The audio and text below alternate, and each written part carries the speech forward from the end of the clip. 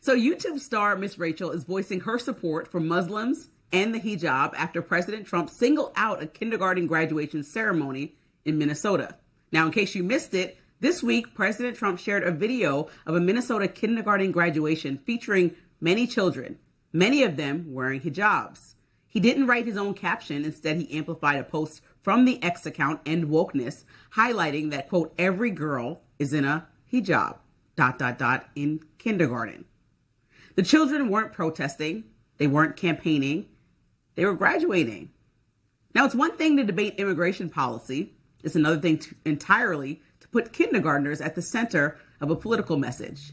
And that's exactly what prompted YouTube educator Miss Rachel to respond, not by mentioning the president by name, but by speaking directly to those kids. Writing on Instagram, she said, quote, I saw some of you wore a hijab to your graduation. I'm glad you wore something meaningful and special to you and your family. I think hijabs are beautiful. Different kids wear different things that are a part of their cultures and religions. And then another message that made it clear who she was and who she was responding to. She said, quote, no matter what we wear, we all belong. No one's hurtful words can take away our worth or our value. And just because someone says something does not mean that it's true. People can try to divide us and turn us against each other and say things that aren't true. But we know what's right, and we should treat every person with kindness and respect. Minnesota, and specifically the Somali and Muslim communities, have become a frequent target of the president's rhetoric since returning to office. In December, he referred to Somalis as, quote, garbage. Here's a refresher. I don't want them in our country, I'll be honest with you. Okay? Somebody would say, oh, that's not politically correct. I don't care. I don't want them in our country. Their country's no good for a reason. Their country stinks. And we're going to go the wrong way if we keep taking in garbage into our country. Then, during the State of the Union, Trump blamed what he called, quote, Somali pirates who ransacked Minnesota, arguing that immigration imports corruption and lawlessness. But here's the problem. Prosecuting fraud is one thing.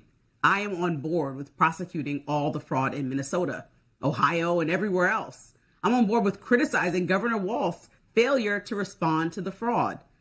But suggesting an entire immigrant community represents fraud is something else. Anyone who commits fraud, immigrant or not, should be prosecuted. Full stop. The overwhelming majority of Somali Americans are not criminals.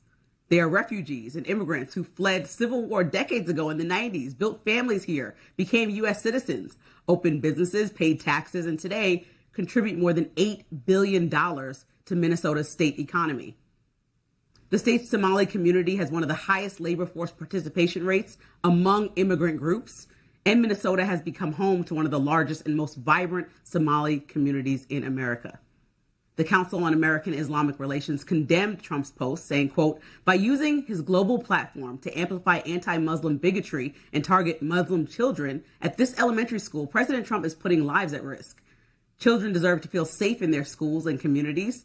When a political leader validates hate speech, it gives bigots a green light to target minority children.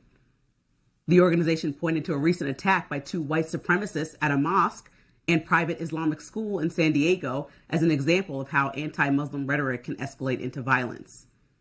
Now, Ms. Rachel has become one of the country's most outspoken advocates for children specifically, whether the children are in Gaza, in immigration detention facilities in New Jersey, or in American classrooms.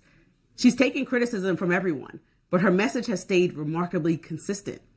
Every child deserves protection. When adults use children as symbols in political fights, nobody wins. These 5-year-olds were celebrating one of the biggest days of their young lives. I know that feeling personally. I have a niece and nephew who just graduated kindergarten and a daughter who's about to start. Those milestones are filled with excitement, pride, and family traditions. For these families, wearing a hijab was part of that celebration. Somehow that became something for the president to spotlight as part of the problem. There's a difference between debating immigration policy and putting children in the middle of a political culture war.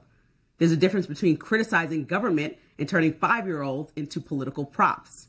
If we don't call out moments like this, we normalize them.